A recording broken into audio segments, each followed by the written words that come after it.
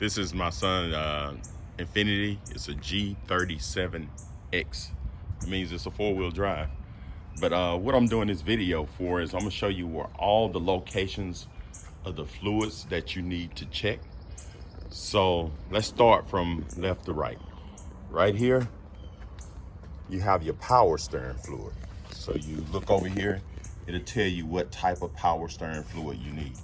And right next to it, you got the windshield wiper fluid. So you got your windshield wiper fluid right here. You can fill it up right here.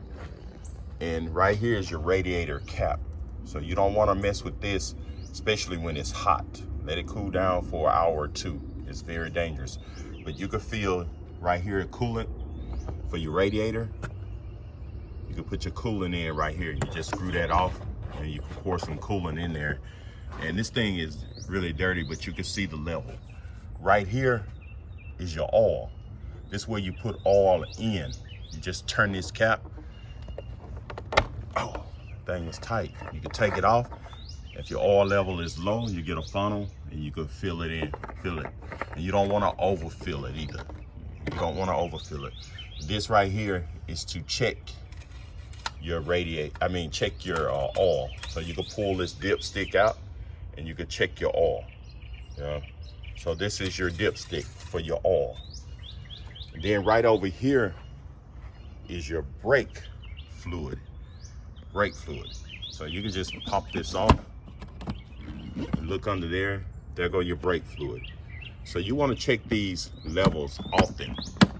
You want to check them often. If I miss anything, anybody out there, let me know. Leave a comment because I could have overlooked something.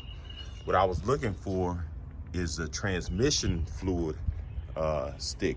I don't see it nowhere, but I know it's people out there watching this video. If you know of anything I missed, let me know. But those are the locations of all your fluids. And for your information, you have the battery there on the left.